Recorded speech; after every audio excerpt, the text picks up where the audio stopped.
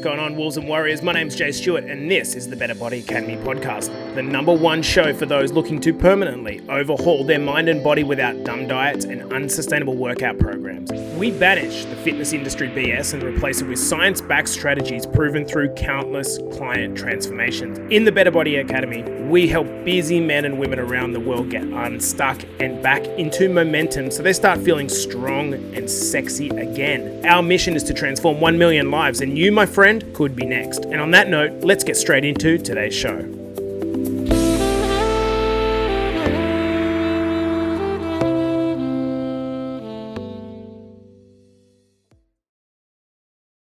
Welcome back to the Better Body Academy podcast, the podcast that you come to when you're sick of the dumb diets and unsustainable workout programs.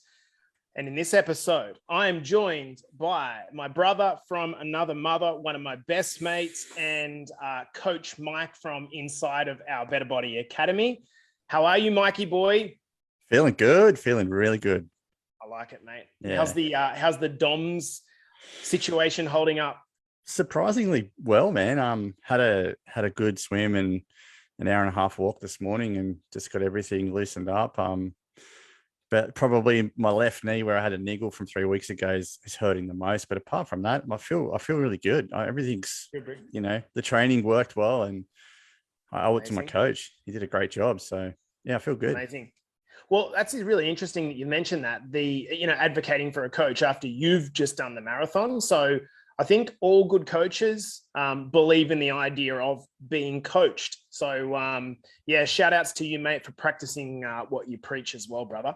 So thanks, guys, in this episode, we are going to be discussing Mike's recent or yesterday feat. And there's a reason we're asking him about the DOMs. So if you're not part of the academy, we're going to go into why that is shortly enough. But for now, Mike, why don't we give the crew listening on a little bit of background to who you are? I always say, remember when you used to be on what was it, like Microsoft Messenger or chat rooms and stuff like that, and you used to say ASL, and it stood for age, sex, location, or was that just me? Am I just real creepy? No, definitely. It is still you. You are still creepy, but So my name's Mike Ilias. I'm 43, recently turned. I know I don't look it. Apparently, George Clooney's love child. I've been married for nearly 19 years in a couple of weeks to probably the most beautiful woman in the world, I think, Joe. And I've got 3 beautiful boys, Owen, Spencer, and Henry, of 14, 12, and 8. And I've been coaching with you for 3 years now.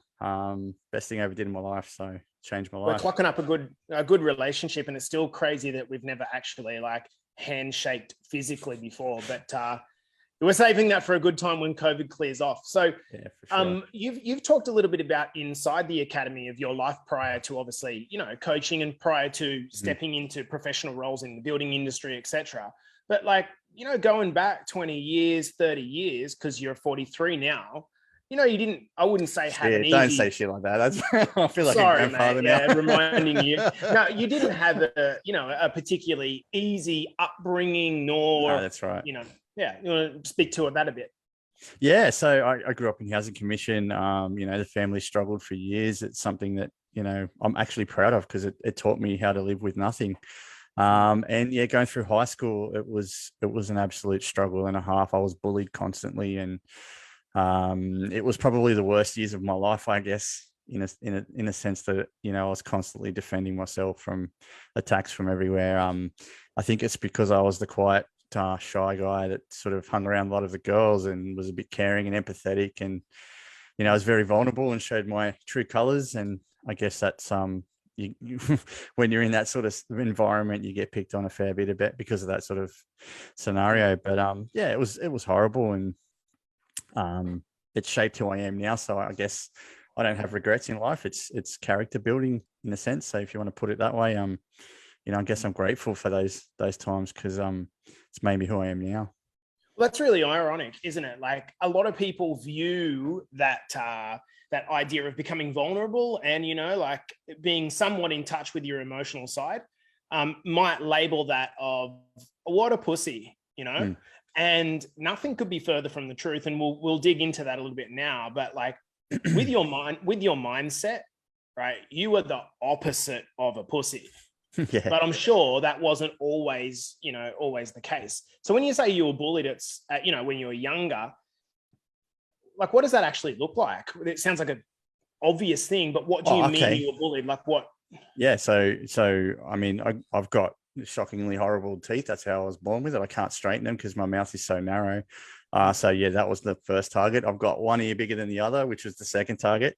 It was just verbal abuse and physical abuse. I didn't get beat up all the time. It was a few times, maybe because I had a smart ass comment or two to throw back at him, because I'm pretty good with the old words. But yeah, it was demoralizing. It was deflating. It was, you felt useless and hopeless because those are the words that you kept getting drummed into your head by your peers, and they're the people you're supposed to respect and look up to and enjoy a journey with. And I absolutely hated every minute of it. But yeah, it was horrible.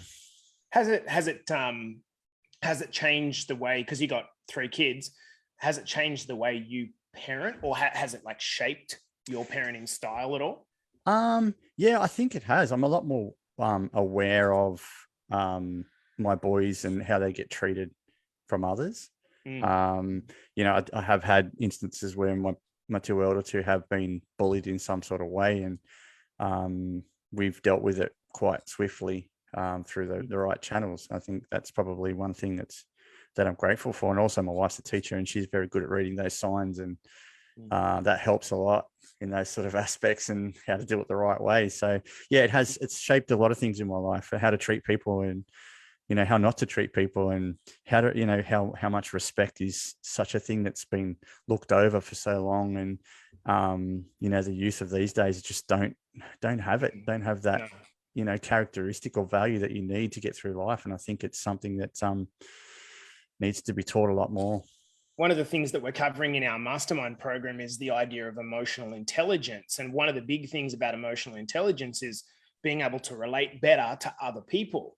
And I think society is going through a gradual decay of emotional intelligence. And what's going to be really interesting is when we exit this COVID period, how we all go back to engaging and talking again. It sounds silly, but let's move on, dude. So, were you always like a super fit guy? Because what you've achieved in the last couple of years particularly is pretty impressive, but were you always like a super fit guy? Or I wouldn't say I was super fit. I always played sport. I love sport. I love soccer in particular. I played that for probably 20 something years. I wasn't super good at it, but I was decent enough. But I just loved it. I loved everything about it. I love sports teams. I like the camaraderie. I like leadership, helping your fellow man when they're down and things like that. So yeah, I've always enjoyed sport. And then sort of when I got married and we started having a family, that got put to the side. So I really lost a lot of fitness then. And I was too hell-bent on pursuing, making a living for myself and trying to make the family have a better life than looking after my physical health and mental health too, in saying that. So yeah, it kind of decayed about that time. We see that all the time, right? And it's not that someone's just neglectful because they're an ass. It's like, as you get older, and particularly as you get into your kind of late 20s, early 30s, you have competing priorities. And it feels like you're trying to keep 17 balls juggling in the air at the one time. If it's finances, health, setting yourself up for maybe some investments, educating yourself, growing career. It's like, and often health tumbles down until, sometime in our often mid 30s, we just either something bad happens, or we have, I wouldn't call it a mid-age crisis, but we just like something happens where we're like, man, like I feel shit. Like, how did I get here? Yeah. Did you kind of reach that point of where you had? Yeah, I certainly did, mate. I think to me, it was the introduction of kids into my life. And it was like, I love my kids and I'll do anything for my kids, but mentally I wasn't ready for it, I don't think. And it shook my world big time. Ready for having kids? Yeah. I don't think anybody's ever ready for it, to be honest. Experience it now, yourself. You just don't know. There's no manual. You're trying not to kill them. That's basically, that's the right thing. You know what I mean? So there is no manual. There's no right or wrong thing to do. I think that kind of shook me up a fair bit. And there's some trauma from the past when I was young with my dad and me not wanting to be like he was. And I guess that sort of enhanced that view on things. So, I went into a pretty big depression and anxiety spiral. And I was starting to fall pretty quickly, and it affected my family life, and it was just horrible. And I'm not that person. So I needed to correct it. And I found that actual physical activity again got me back to where I needed to be, and that was the start of me sort of realizing that I needed to have an outlet, and that was punishing myself on a weekly basis to get all those those thoughts and feelings out. You sadistic bastard. Yeah, totally get that. So where would you say you're at now, health and mindset wise? I'm the fittest I've ever been. I'm 43. The fittest mentally. I'm the fittest physically I've ever been. I'm happy to say I'll take anything right at the moment. I'm that fit mentally and physically. Yeah. Dude, that's so I'm 4 years younger than you, so not that far away. But just to be able to say that is profound, isn't it? It's like, that's cool. That's really cool. It's like, I'm the fittest I've ever been at 43. That's fucking awesome, to be fair. So, for those of you that don't know Mike, or you're not part of the academy, Mike's just completed his first marathon. So I want you to give us like a silent head nod in appreciation or a clap. So, dude, why did you decide to do that? Like, that's a pretty strange thing to do at 43. Why did you decide to do a marathon? There's a couple of reasons. As you know, I'm an avid enduro cyclist, so I love long distances and climbing mountains, and it's the one thing I love doing. It's my psychologist. I love being on the bike and love being on the road, and I love being by myself and just having to deal with traffic and not dying and pushing myself to where my heart rate's going through the roof. Like, I love that shit. It gets me every week. But the thing that got me into marathons is, there's three things. The first one was my father-in-law used to run them years ago, and I told him about my cycling feats, and he said to me, "Dad, you don't know what it's like. I mean, I've done a 250K ride, 5,000 meters of elevation. That's a decent ride." But he's like, "Oh, you wouldn't know what it's like to do anything until you've done a marathon." So that was number one. So I did it to spite him, and at 9 o'clock tomorrow, I'll be telling him straight away. I haven't told him for 14 weeks, so he'll be the first one. The second one, I was inspired by our boy Johnny Timmins in the academy, and for someone that was 130 odd kilos to drop down to 95 and do a marathon off the bat, and he's just an exceptional human being and somebody I admire a lot. And he was the other reason, and the third reason is really that it's a pretty amazing feat to do a marathon. It's not easy, and I guess I just wanted to put that up there as a goal for this year. So. Totally. And to those of you that don't know John Marathon, that's a good name actually. That'll do. Yeah, John I like that. Timmins. He's actually just agreed to come in and do a hot seat for our masterminds this week. So to our mastermind students, get awesome, super pumped, because our man's going to give us how he went from 135 kilograms to running a marathon within a year. He's now preparing for his second marathon. What a guy that guy is. And so, dude, like, doing a marathon is a life goal for like a lot of people, right? I think it's one of those things that it's kind of on the pinnacle, right? Because it's so hard. Talk to us about the prep. Like, what did the prep actually look like? What did you have to do? And over what period of time? Yeah, so I've never been a runner. That's why I was a goalkeeper in soccer, because I didn't have to run so much. Funnily enough, but so I train with a lot of triathletes, and I see them every day and what they do, and to do three sports well is an exceptional thing to do. And it was something that I did a 5K charity run with my wife and her coach, and he's a friend of mine, but he's also my coach now. He just said to me, like, your technique's all wrong. How about I correct your technique? And then I was like, well, how about you train me for a marathon? And he just said, righto. So I signed up with him, and he asked me what date it was, and I said it's in 14 weeks. And he said, yeah, we can definitely do that. So I just got the program from him, and it was 14 weeks of really hard 3 days a week training of running, plus my gym work that I do, and I'm still riding 2 to 3 times a week as well at the same time. And so still doing gym and so it was a full-on program. It was really good. And it started off, the first one I did was 5Ks. And, I thought that was tough. And then it's just got better and better and easier because the program you had was, flawless. It was really good. It was geared around getting me done in 14 weeks. So I just ended up going from 5 to 7 to 9 to 12 to, all the way up to 32 and now 42.2. So isn't that so that's really interesting. So it sounds obvious that that's the way that you go about it, gradual increments, but that's also the way that any good life transformation looks. Whether it's finances, whether it's health, wealth, relationships, whatever it is, it's a matter of gradual increases. And I think what a lot of people think is that they've got to come out and in the first 2 weeks wipe the floor with it, and then it's just so hard because they're trying to rewire their brain about these new habits, and it's just hard, and they're like, I can't do it, I give up. And so that idea of just incremental change, or what we term as the 1%ers, is just, that's imperative. So what was the maximum length of maximum distance you ran before you actually ran a full marathon? So 32 was the longest 32. run I did, which was about 3 weeks ago. And then I sort of tapered down to last week. I actually got an injury after that 32 weeks with my ITB was just shot because of all the compound running, and wasn't used to, hitting a concrete surface all the time. It's used to riding on a bike, which is minimal impact. So so I got through that quite well. And then then D-Day was yesterday, and it was phenomenal, man. I just loved it so much that I'm doing another one in about 3 weeks. Jesus. Wow. Look at you, dude. And so I signed up for an ultra in May too. So I'm doing an ultra marathon in May which is a 50K. So one of the boys was commenting that, Lucas. So let's go a bit deeper on like the mental kind of physical battles.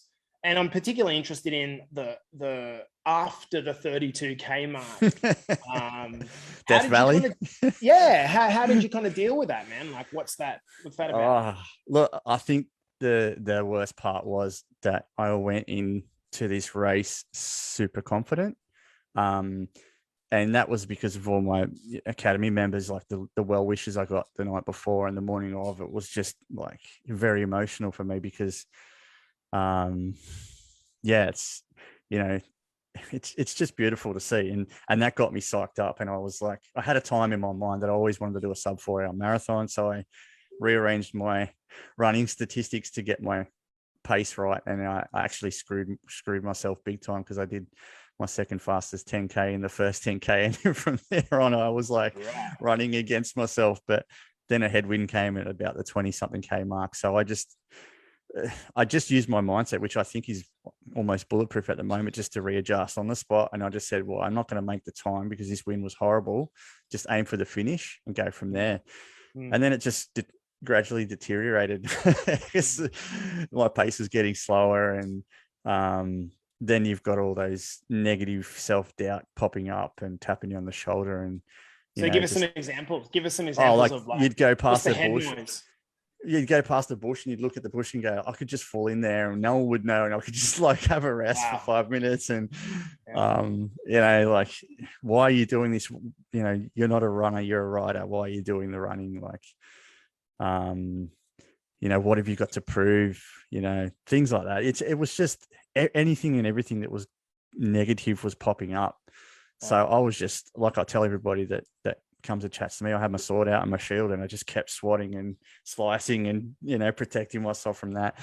And in saying that, I had an awesome dude, Aiden, who was riding next to me, give me water and helping me out and that sort of things. And he knew when I was going deep in the pain cave, and he was using humor, and I was deep, mate. I was so deep. The coach had to ring my wife and tell her that I was he's never seen me that deep before. So it was pretty bad. One of the boys that's watching along live said, you sounds like you're in just survival mode. And I guess there is an element of that because you're up against how much of the battle, I mean, of course, we're just throwing a number out there, but how much of the battle is mental versus physical?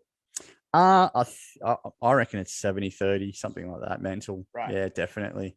Because like I was like my niggle in my knee started popping up, but I was fine with that. I knew how to handle it.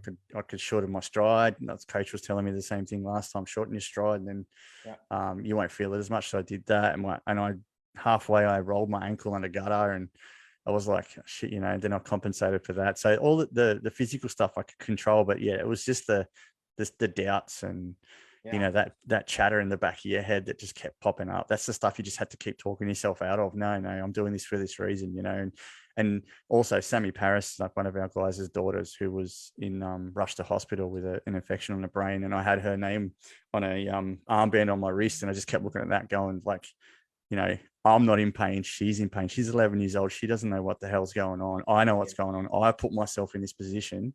So, I can suffer while she, she doesn't know what's going on. So things like that just kept me spurred on. Like that adds context.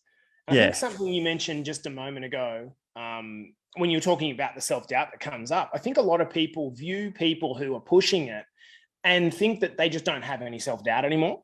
Like, it's it's all right for you. Now, I'm thinking specifically to one of the lasses that's watching this feed, and going back to our mastermind call last week, where she basically said, look, I can't take on too much at once. So I'm just going to master one thing at a time.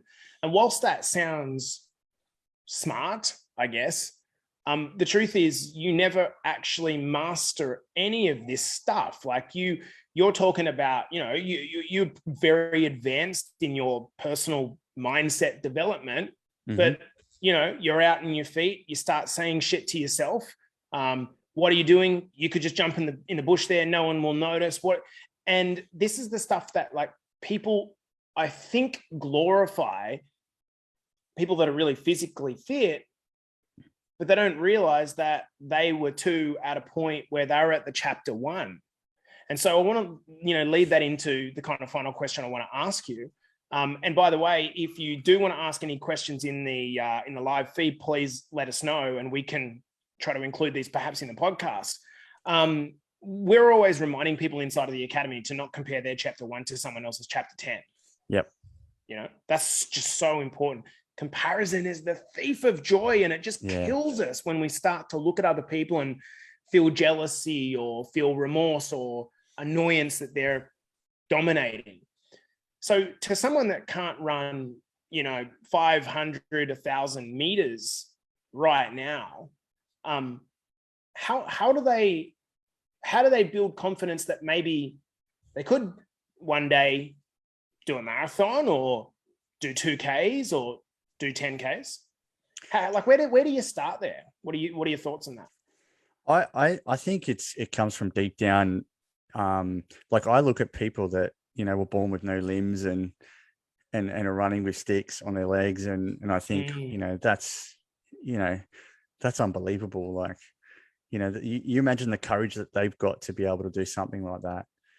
So, us, for use of a better term, able-bodied people, like we've got no excuses. We've got no excuses to do anything we want to do. Putting your mind into something that you want to do, you can do it. 100% believe in that. I didn't think I could do a marathon. I honestly, yesterday, I doubted myself 100 times, but you just got to believe in what, who you are and what you can do.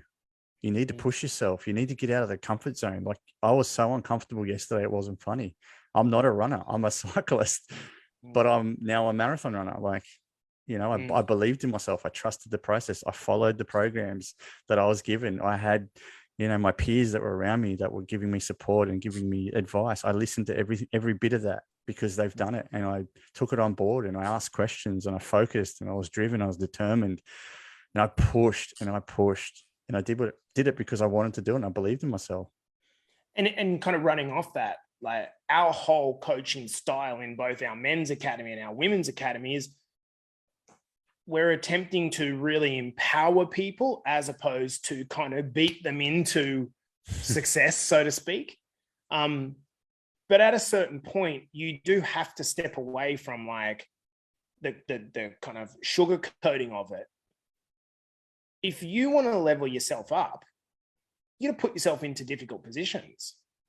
And we are where we are because we've adapted to that level. That's it. Yep. We've adapted to that level. And the moment we throw ourselves back into a more difficult level again, we're back in that gap there between, like, in the void, and we're struggling and we're questioning why we're doing shit. Like, it sounds stupid, but in a way that's living. And so to experience that kind of being in that pain and being in that void as I'm a failure is not right. You have to test yourself. If you're at a weight loss plateau, right, that's your body telling you that it can do the level of challenge that you're giving it. You have to do something different. Yep. If you're at a career plateau, that's basically you're being told that I'm at the level where I can do this job and continue to do this job, but I can't do anything higher. So what do you got to do? You got to level up your mindset. And we could keep going along these lines. Dude, that's what I basically got for you in terms of questions. Is there anything you kind of want to add that you think would be cool insight? Or I just like, I failed yesterday. Like, I failed big time. I failed in the time that I wanted to do it in, but I'm not a failure. I finished the fucking marathon. It was, I've got a feeling of euphoria. I sat down with my coach yesterday and I went back over the statistics and everything. We had a look at how I ran it, and I did run it wrong, but he was actually proud that I had a target, and I tried to go for that target, and I missed it, but I had the ammunition in there to have a go at it. You know what I mean? So, in that aspect, and also he said to me, for a first time marathon runner, to not stop once. He gave me at least 2 stops. He said, if you'd had 2 stops, I would have been okay with that. But he said the fact that you didn't stop is a testament to me. So, and I thanked him, for what he did. And he just said to me, the reason why I'm a good coach is because you're a great athlete. So, that's sick. Yeah. And for our members of the Better Body Academy, I want you to think of your transformation like a marathon runner. Everyone always like throws these kind of quotes around, but I don't think they think about the quotes. So it's a marathon, not a sprint. That's the quote. Yeah. Okay. Go beyond the actual phrase there. That's a catchphrase, and actually listen to what that means. In your transformation journey, whether you're inside of the academy or you're outside the academy doing it alone, you are going to face hurdles. It's not meant to be easy. It's life testing you against that level so that you can develop the callus to actually move to the next level. And so when we fling out these ideas, this is a sprint, it's not a sprint, it's a marathon. Yeah, okay, cool. Listen to that. Apply that in your own life, because if you do that, you'll understand that you're not going to get there in a linear fashion. It's going to be full of hurt. Sometimes you might have to walk. Sometimes you will fail to make the time that you wanted. It's not how you react to it. It's how you respond to it and pick yourself up again. And I think that's a beautiful, beautiful finish. So, dude, I want to say, congratulations, man. I've never done a marathon, and that's like something that I think is up there. And to be able to say you've done that, dude, is so it's inspiring. The bigger thing about it, Mick, for me, is that you've done it at 43 years old. Now, not that that's old. It's just the point is, like, you're not 20 years old, fresh out of college, coming off the footy season doing it. Like, that's you had to train and level up to do this. So, dude, I'm so proud of you. Thanks, man. I'm proud of myself. Well, you should be. I really am. So, guys, we're going to leave it there. I hope you've enjoyed this episode with Magic Mike of the Better Body Academy podcast. This is the podcast that you come to when you're sick of the dumb diets, unsustainable workout programs, and I'll see you in the next episode. All right, guys. We got Michael Jordan saying, "Great work, Mike. I love it." Man, feel privileged. Yeah, how good's that all over in the US? You must get that so often, Mike. It pisses me off, man. Okay, guys, does anyone want to ask any questions while we do have Mike here? We've still got about 12 or 13 people tuning in live. We've switched off the podcast recording. Does anyone want to ask any questions to Mike? It takes Facebook a little bit to actually send the questions through, but we'll hold around for a couple of minutes to see if anyone wants to ask. So what does recovery look like, Mick? It's pretty good, man. I got today off just to walk and a swim. Tomorrow I got a massage. Tuesday's rest day. Wednesday I'm back on the bike. So yeah, in like 3 days and Wow. I'm ready to keep going. So there's no point So in stopping, man. instead of your knees and hips and heels burning, you're back to the nut soreness. Yeah, So man, I'm callous down there, mate. You can shoot a bullet and it'll just bounce off. That's so sexy. So Carly says, Mike, I'm not even crying. Oh, poor Carly. Sorry, mate. And Christy says, super proud of you, Mike. How good's Yeah. Christy? She's so supportive of everyone. Yeah, look, honestly, man, while we're on the topic, like the post she wrote yesterday in the women's group was just amazing. It it really brought me to tears, honestly, but it was just beautiful. Like, to have that influence on people and to get it reciprocated is amazing. So so juicy. So what else have we got? We got Chris Lewis saying, can't wait to watch this again, Mike. He came in a touch late. So a couple of questions. Well, actually, here's a very important question from Nicola. Mick, what's it like to be a ledge?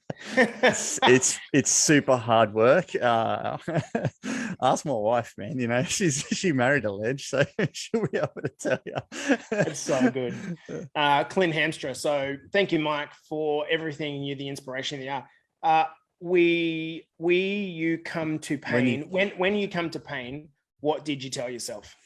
I think you'll know this answer. Hamstring. It's keep going, keep growing, mate. Like through pain comes growth. So yeah, every bit of pain was another step towards the end, man. So yeah, no, the pain was thinking about Sammy Paris's daughter. That was pain. Physical stuff was nothing. Yeah, dude. It's when you think about it, you've got to be very self-aware and channeling your inner Goggins, but pain is an emotion. And if you can separate what pain is meant to be for the body is telling you that like this shit is not necessarily good for you. Yeah. But if you can separate that from. Yeah. Well, I spoke to Dan Robinson about an hour ago and he asked me, was there anything I learned about myself? And I said, I actually am a lot more resilient than I thought I was, and that I need to believe in myself a lot more because I'm a pretty good person. So that was a couple of good things that I learned along the way.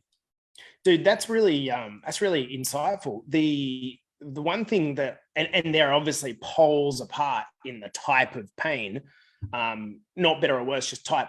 But when I did the 10-day meditation retreat, I was going into that, I was like, fuck, this is like complete silence for 10 days. No journaling, no writing, nothing except meditation and a blank wall. No porn, no masturbation, nothing, man. Like, and so when you're like, a lot of people would kind of view that, and I was at the start, like, how am I going to handle the torture of just being by myself, in my own head? And then you get to the end of it and you realize that actually you are capable of a lot more, but you're just not exposed to it to be able to bring it on. Yeah. Right. And so how often, like, I wasn't exposed to that. And I realized, man, if I could just understand that the mind is just what stops everything. And Jim's actually mentioned in the comments here, mind over matter. You don't mind and the body doesn't matter. Yeah. That's sick. Who the fuck is this Jim Norval guy? Jesus. He's a different dude. Hey, loves it. But it's funny, like the more inspirational stuff you read and listen to, the Art of Resilience by Ross Edgley, like that, a lot of that stuff came back to me yesterday when I was deep in the pain cave. And, when Goggins talks about the 40%, I knew that it was coming and I found it and I felt it and I just kept acting on it. And it's funny. I had sour worms, right? I had sour worms at every 3Ks. I gave myself a sour worm as a reward. And Aiden was like calling out to me, how many sour worms to go? Because that was like my indicator. And I'd be like, 8 sour worms. And like, he'd make me yell it out like Goggins. And I'd be like, 8 sour worms. You don't know me, son, like that. And it was perfect. So that's sick. What was I going to say there? You lost me. So Michael Jordan, how much did you enjoy the feed afterwards? I don't remember chewing, brother. I just remember inhaling everything. The chicken schnitzel burger and chips was awesome. Oh, man, would you have a schnitzel burger and chips? Yeah, it was a massive nacho burger. It was deep fried everything with extra cheese. See, Mikey, that's the benefits of you just slogging into this hard stuff, is that you do get a few calories back, which is the good thing. It was like 3,900 calories for the run, like give or take 500, but that's massive. 3,900 burn off, yeah. Calories. I would have thought it'd be more than that. No, well, that's taken off 500 for Grace. Right. I think it was 4,300 or something like that. But so the thing that came back to me was, and maybe we'll finish up on this note unless anyone's got any other questions, but this idea that 3 cheese toasties, yeah. It's this idea of when we're constantly talking to our clients about accumulating the tools. Okay. So guys, if you're watching, listen the fuck up. Okay. What did Mike just say then? Right. Mike just said, when I was in the pain cave, things like the 40% rule come back to me. So what Mike's actually saying there is that he used that template, that tool, as a mental tool to help him get through the pain. Shines the light of awareness. That's it. That was the other one that came up. Yeah. Okay. So if you don't have the tools, right, and this is why you can't just be in the academy and do one of our training guides once, or come into the mastermind and listen to a call once and think that you have totally mastered something. Like when you think of from Mick's perspective, right? He's in the pain cave and he's got this back catalog of different tools, the accountability mirror, the fucking 40% rule, all these things that are like ticking through. And if this awareness kind of is peaked and it's there in the depths of your pain, you can find some tools to help get you through. If you don't have tools, it's just you and your willpower. And let's talk about awareness as a singular thing, or even something as like one of our fundamental concepts inside the Better Body Academy. You don't get motivated. Like that's just a horseshit idea of getting motivated. So you're sitting there thinking to yourself, like, what you're motivated to do is jump in the bush, right? And stop. That's what you're motivated to do. But your discipline is around what do you want to do? So you're not acting in accordance to how you feel all the time. And this is the mistake that so many of us make. And it's a completely understandable mistake, because we act according to how we feel. And if we're just doing things if we feel like it, looking for motivation, fuck, man, that's the reason why we stay stuck. Yeah. We have to get to that point where we do things that we don't feel like doing. Yep. Totally. Lucas says, how long after you finished did you ever want to do a run again?